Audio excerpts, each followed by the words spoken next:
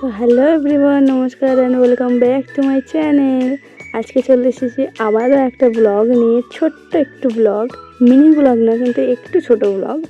তো আমরা চলে এসেছিলাম বৈশাখীতে বাড়ি। আর এখানে দেখো মেঘ করেছে, আকাশটা খালি দেখো কতটা মেঘে পুরো ঢেকে গেছে, অন্ধকার করে এসেছিলো।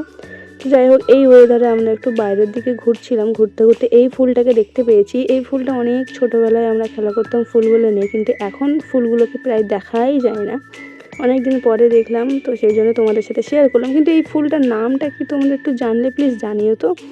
আর আমি ওখানে বসেছিলাম, বসে বসে এই গাছটার দিকে দেখছিলাম যে ওই ফলগুলোকে আমি কিভাবে পারবো, ওটাই ভাবছিলাম। তো ভাবতে ভাবতে আবার একটা ফুল গাছ, এই টগর ফুলগুলো দেখতে পেলাম। টগর ফুলগুলো নিয়ে আমি একটা ফুল ছিঁড়ে নিয়ে আমি একটু কানে গুঁজতাম, কারণ তোমরা যারা ভিডিও আমার দেখো তারা জানো যে আমি কানে ফুল দিতে খুবই ভালোবাসি। তো অনেকক্ষণ দেখার পর দেখলাম যে কিছু ফলগুলো নিচে আছে, এগুলো হচ্ছে জামরুল, আই থিঙ্ক জামরুলই বলে, আমরা তো জামরুল বলি, তোমরা কে কী বলো একটু জানিও তো। তো তারপর দিদিকে ডাকলাম, দেখে বললাম যে দেখ এগুলো হাতের কাছে আছে, একটু পার। তো আবার চেয়ারের উপরে উঠে পারলো। আর ও ভিডিও করতে পছন্দ করে না, সেই জন্য আমাকে মারছিল যে আমি ওর ভিডিও করছি তাই।